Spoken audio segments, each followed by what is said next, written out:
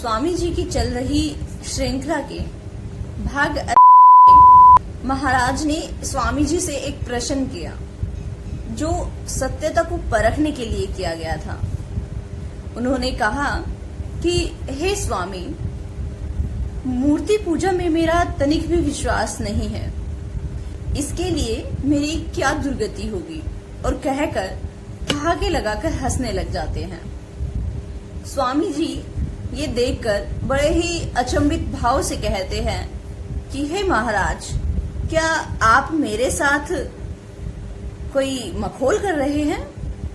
स्वामी जी की ये बात सुनकर महाराज गंभीर अवस्था में आ जाते हैं और कहते हैं, नहीं नहीं महाराज, हकीकत में मैं मिट्टी, लकड़ी, पत्थर, ये किसी भी धातु से बनी हुई मूर्ति के प्रति अन्य लोगों के तरह श्रद्धा भक्ति नहीं कर पाता हूँ। क्या इसके लिए मुझे परलोक में दंड मिलेगा? इस पर स्वामी जी कहते हैं, अपने विश्वास के साथ पूजा करने पर परलोक में दंड क्यों मिलेगा? मूर्ति पूजा में आपका विश्वास नहीं है तो क्या हुआ? स्वामी जी के मुख से इस तरह का उत्तर सुन वहां उपस्थित सभी लोग आश्चर्यचकित थे।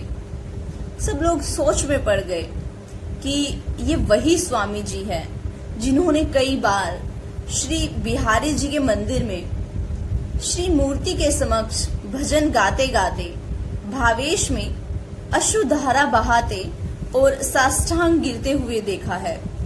उन्हीं स्वामी जी ने मूर्ति पूजा के संदर्भ में वाद विवाद क्यों नहीं किया? क्या वो महाराज से डर गए हैं?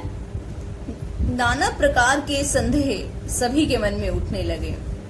तभी स्वामी जी की नजरें दीवार पर टंगे एक चित्र पर जाती है और वो उन्हें उतरवा लेते हैं। उसे हाथ में लेकर दीवान बहादुर से पूछते हैं, क्या तुम बता सकते हो ये किसका चित्र है? सबसे पहले तो वहां पर जितने भी लोग थे सभी हैरान हो जाते हैं। वो सोचते हैं कि एकाएक स्वामी जी ये क्या पूछ बैठे हैं? क्या उन्हें नहीं मालूम ये हूबहू ही नहीं वरन स्वयं महाराज का चित्र है? खैर, दीवान बहादुर ने स्वामी जी को उत्तर दिया, ये हमारे महाराज का चित्र है। स्वामी जी कहते हैं, बहुत अच्छा, और फिर उसे जमीन पर रख बोलते हैं कि इस पर थूक दो। सब बहुत ही हैरान होते हैं।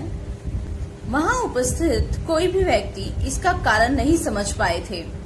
तब स्वामी जी तनिक ऊंची आवाज में बोले, यहाँ मौजूद कोई भी व्यक्ति इस चित्र पर थूक दीजिए।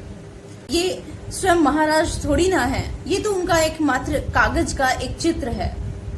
हाँ, इसमें सिर्फ थोड़ा सा फर्क ये है कि ये महाराज की तरह चल फिर नहीं सकते, ये महाराज की तरह बोल नहीं सकता, और आप लोग फिर भी इतने शांत क्यों हैं? और ये कहते हुए वो हंसने लगते हैं और कहते हैं कि मैं जानता हूँ आप में से कोई भी इस पर नहीं थूक सकता, क्योंकि आपको मालूम है ऐसा करने पर राजा का घोर अपमान होगा।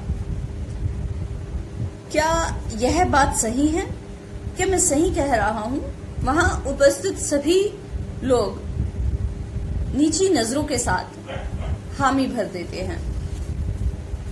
फिर स्वामी जी महाराज की तरफ देखते हैं और कहते हैं, देखिए महाराज, इनमें से कोई भी ऐसा नहीं करेगा, क्योंकि ये सभी आपकी प्रजा है, आपके सेवक है।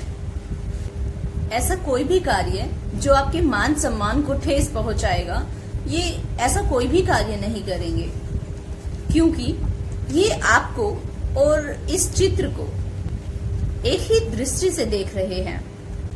वैसे ही जैसे पत्थर और धातु से बनी ईश्वर की मूर्ति को भगत जन साकार रूप से देखते हैं। वो जब उनकी किसी पत्थर की पूजा कर रहे होते हैं तो वो ये नहीं सोचते कि ये पत्थर है, वो उसमें साक्षात ईश्वर को समझकर उनका ध्यान करते हैं। वे किसी धातु या पत्थर की पूजा नहीं करते। मैं कई जगह पर गया हूँ, लेकिन कभी भी किसी हिंदू को ये कहते हुए नहीं सुना कि हे पत्थर, हे धातु, मैं तुम्हारी पूजा कर रहा हूँ, तुम मुझ पर प्रसन्न हो जाओ। आज स्वामी जी के सामने हाथ जोड़कर बोले, स्वामी जी, आज आपके द्वारा सुने गए उपदेश से मेरी आंखें खुल गई है और मुझे ज्ञान की प्राप्ति हुई है। विश्वास कीजिए, अगर आपकी दृष्टि से देखा जाए तो मैंने आज तक एक धातु या फिर पत्थर की मूर्ति की पूजा करने वाला इंसान नहीं देखा। आज तक मैं मूर्ति पूजन का रहस्य नहीं समझ पाया था और न ही समझने का प्रयास किया था, परंतु आज आपने मेरी आंखों पर गिरा हुआ पर्दा उठा दिया। कहते हुए वो स्वामी जी से विदा लेते हैं और उनके चरणों की धूल लेते हुए कहते हैं, स्वामी जी, अब आप मुझे आशीर्वाद प्रदान करें। हल्के से हास्य द्वारा स्वामी जी कहते हैं, केवल मात्र ईश्वर के अतिरिक्त कृपा करने का अधिकार अन्य किसी को नहीं है। आप स्वच्छ चित्त से उनके चरणों में शरण ले लीजिए, वे स्वयं ही आप पर कृपा करेंगे।